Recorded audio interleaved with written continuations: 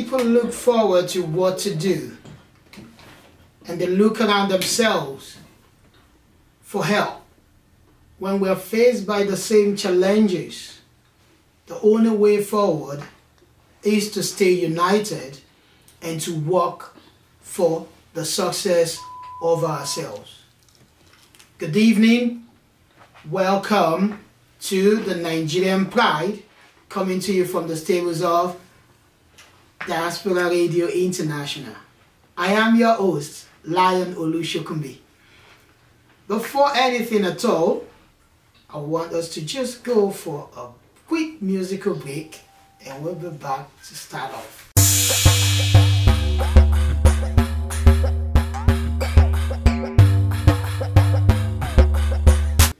Welcome back to the show and welcome again to the Nigerian Pride, coming to you from the stables of Diaspora Radio International. And I am your host, Lion Olusokunbi. Today we'll be talking about preparations for the Christmas, what could happen after Christmas and New Year, Hogmanay for us in Scotland on the 31st. What could happen after that? Well, we'll be going into a lockdown. We'll also talk about what's going on now with the BREXIT talks. You know, we're reaching the final stages of the discussion. The transition period is almost over, 2 weeks to go.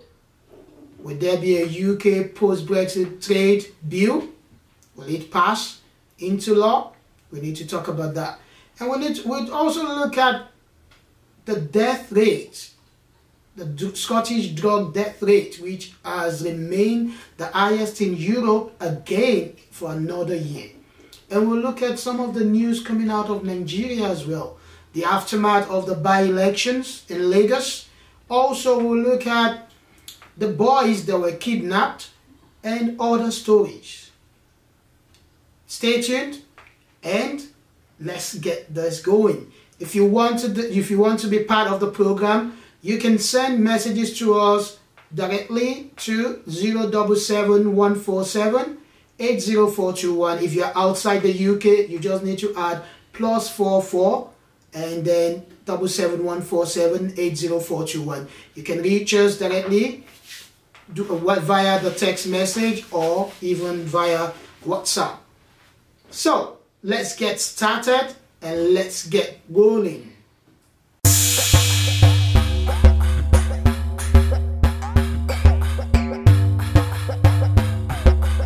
So, a day ago, the Minister of Finance, Zainab Ahmed, made an announcement that three or four of the of the land borders are reopening. Remember, the federal government of Nigeria closed our borders back in August 2019. That was last year. And now they have reopened 3 of them again. Lela, Lela in Sokoto State. We have Semeboda and 2 other ones. So 4 of them are now open.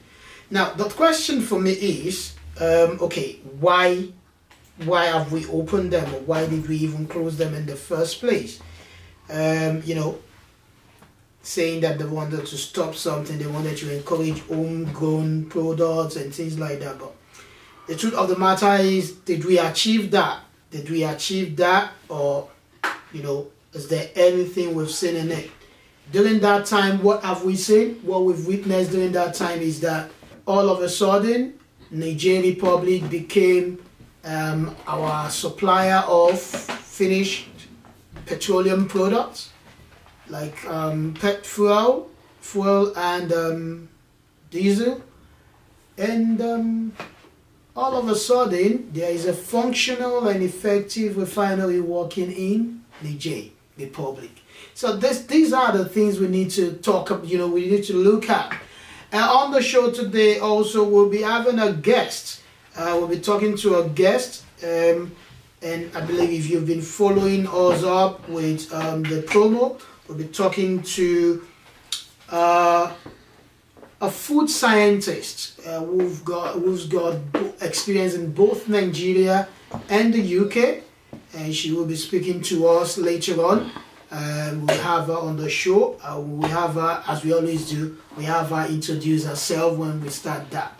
So that's the first part of the news, that yes, we are getting our what? We're getting the refinery, we're getting the land borders open again.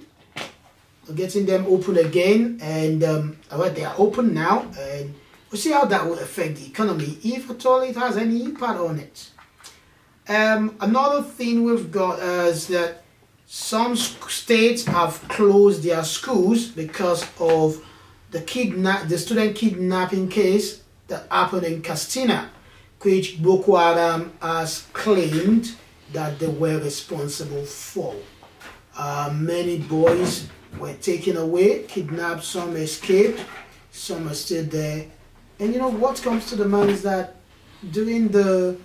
when we had the Chibok girls issue, this was the same way it happened. Some girls were taken away, some came back, and till tomorrow, we've still not got them back. And that brings something back to mind. What is happening to the security of Nigeria? I saw a documentary the other day that rated the Nigerian Armed Forces as the 4th best in Africa. And I was like, really? I know we used to be maybe number 1 before, but now the 4th best? I was thinking we wouldn't even be in the first 10, but he said we are the 4th best. And that brings something to mind, that how did we manage to achieve the 4th best when the northern part, not even the northern part, every part of the country seems as if, every part of the country seems insecure. And I remember during the time of Goodluck Jonathan, things were not like this at all, we had insecurity, but the way the opposition was making noise, the way the media gave opposition the space and the opportunity to criticize the government, then was so it was so much. But today we don't see the same thing. Even in fact the opposition party, the PDP, we're not seeing them really. They are not making the noise as such. And this week we saw a book launched in honor of President Jonathan as well, Goodluck Jonathan, where he said he was not given the opportunity at all. There was too much pressure just to get him out of office. And that man did something no leader in Nigeria has done. He had the opportunity to say he has the power and the opportunity to say that election is annulled. But he thought of what will happen, and he honorably said, okay, take, quiet. Today, we are all facing the rhythm, and we could see some people coming out to actually apologize publicly at that event. Yes, SDM, I mean to say, came out to apologize. If you don't know SDM, is Senator Dino Malai. He came out and he apologized. He tendered an apology on behalf of all of them then who call themselves the new PDP or whatever they call themselves, and left to the APC and actually caused everything that happened. And these are the things we see. And I keep telling the youth of the parties, of the different parties we have, I understand the economic situation, but you can't continue to be used by these people. They use you and then they pass you on. We talk about even the aftermath of the by-elections in Lagos. Whilst we have issues going on in APC, there are issues going on in the PDP. In fact, for the PDP one, it got really, really messy yesterday, where there was an announcement that the state secretary, the Lagos State PDP, the state secretary, the publicity secretary, and the health official have been suspended from the party. And then we saw another publication saying that the chairman of the Lagos State PDP, Engineer Dirty, has also resigned. And then we saw another one saying, no, he hasn't resigned. And we had listening to news about candidates infighting, candidates fighting this, fighting that. These things are not things we should be facing now. And we need to really be serious. I'm disturbed and worried about the situation in Nigeria. Some will say, oh, Louis, if you're so disturbed, you should come back home. And I say, no, I don't need to come back home. I don't need to come back home. For those of you who are there now, you need to do things. You need to follow up on things. And you need to do things right. Insecurity is there. Nobody is talking. Where are those guys who call themselves NSAS? And this is what I always mention, you know. Yeah, you start something. Have you planned about what happens if the unexpected happens? And that's what we are facing now. This is a time to go out there and ask the government to act right, to do the right things. I heard you guys have to pay 20 naira to make sure your lines, your SIM cards remain. And whilst we are still listening to that, the news also broke of Boko Haram saying they are responsible. Nigerians have 2 weeks to register phone numbers. I don't know how you guys work over there. I don't know how things are happening there, but seriously, we need to start thinking forward. We need to start acting. You cannot leave. If you say, oh, you don't want to participate in politics, then who is suffering? You are all going to suffer it. Some say, oh, politics is a dirty game. There's nowhere there's no dirty games. Even in business, even within the family, there are dirty games. But when it comes to politics, it affects the lives of the people, even generations yet unborn, because we will make laws that will go on and affect generations yet unborn. And we need to get it right. It's enough of all these things happening back in Nigeria. It's enough. Whatever you call yourself, be you an activist or political party activist or even political parties, opposition leaders, it's time to speak up. It is time to speak up. If you're speaking up and the media is not paying attention, then call out the media. Call them out. And it's not only on the internet. Do it. Let people see you doing something. And that's how it works. That is how it works. And you know, the truth of the matter is, we all know it isn't easy. And on that note, we'll go on the next musical break and we'll be back again.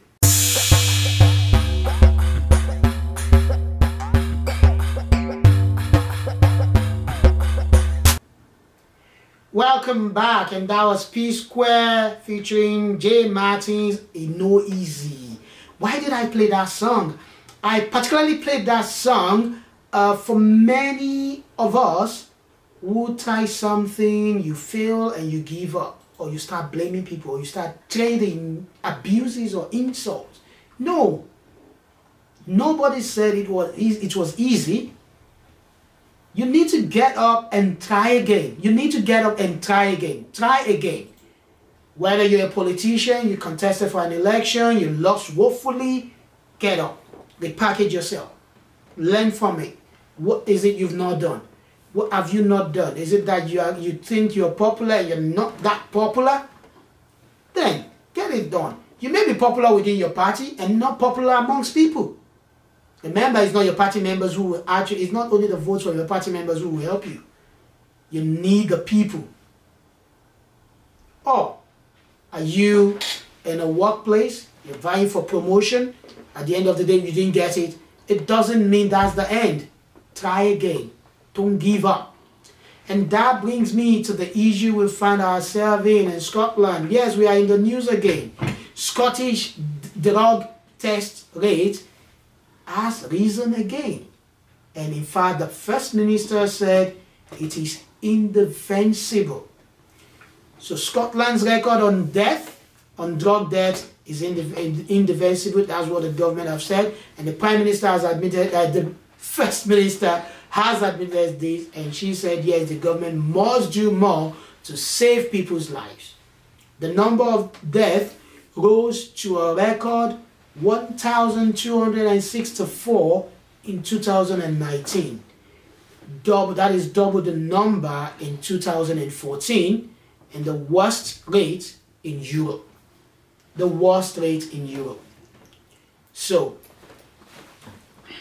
This is a question we need to ask ourselves, that have we been responsible people in Scotland? You say, why are you asking that question, Olu? You see a boy, you see a girl, you see an individual sitting in a corner at a park, and you see that, yes, they're actually rolling something, maybe Indian M's or cocaine or anything like that, and you're taking it, and you can't even call the authorities to pay attention to it. Some of you just turn your face away and keep moving. No. Because if you don't act now, who knows if it will be the turn of your son or your daughter tomorrow. And for those who are addicts, we need to help them back. We need to help them, and this is where the government needs to pay attention. This thing, since 2014, I can remember, it's been in the news, different organizations asking the Scottish government for more funds to be able to help people. And these are the things we need to attend to. Yes, we can go on with the dream and the joy and the chorus of Scottish independence. But we can't be talking about that when our citizens, our people, our children are dying. Why?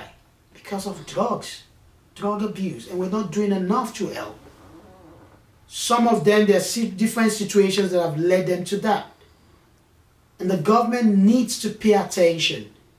I mean, it's important as we go for election next year. These are part of the things we'll be discussing.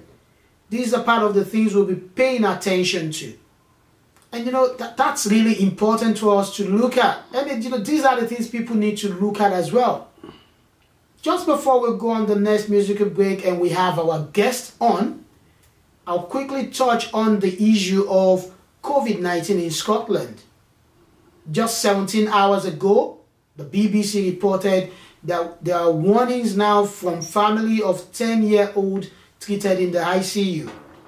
So we're talking about a 10-year-old who's being treated in the ICU. So the family of a 10-year-old boy who became seriously ill after contracting COVID-19 have warned that everyone is at risk from the disease. Well, I've said this so many times. You know, most schools, if not all the schools in England, are closing tomorrow. Glasgow City Council will not close any school until next week. I don't know why. East Renfrewshire, they're closing tomorrow. Why is Glasgow keeping us? I can say that this week I don't think the children actually did anything educational or in the curriculum. It has all been about Christmas party, designing cards, and all those things. These are things our children can do at home. I think I want my children at home at this point. And we all have to be careful. We'll be resuming back, children will be resuming back in Glasgow, I think by the 6th of January. Hopefully we won't be in a national lockdown. But this virus is affecting everyone. Nobody is immune. It's affecting everyone, and we all have to be careful. And that brings us to the advice we are giving from the stables of Diaspora Radio International, the Nigerian Pride in particular, that please, please and please, Christmas is something we cherish so much. Hogmanay is something we cherish so much. But not celebrating it just this one time will not change our lives. Let's respect, let's keep to all the guidelines. Don't let us cross the boundaries, please.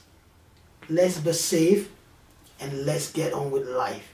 We'll go on that musical break, and when we're back, it will be the voice of our guests.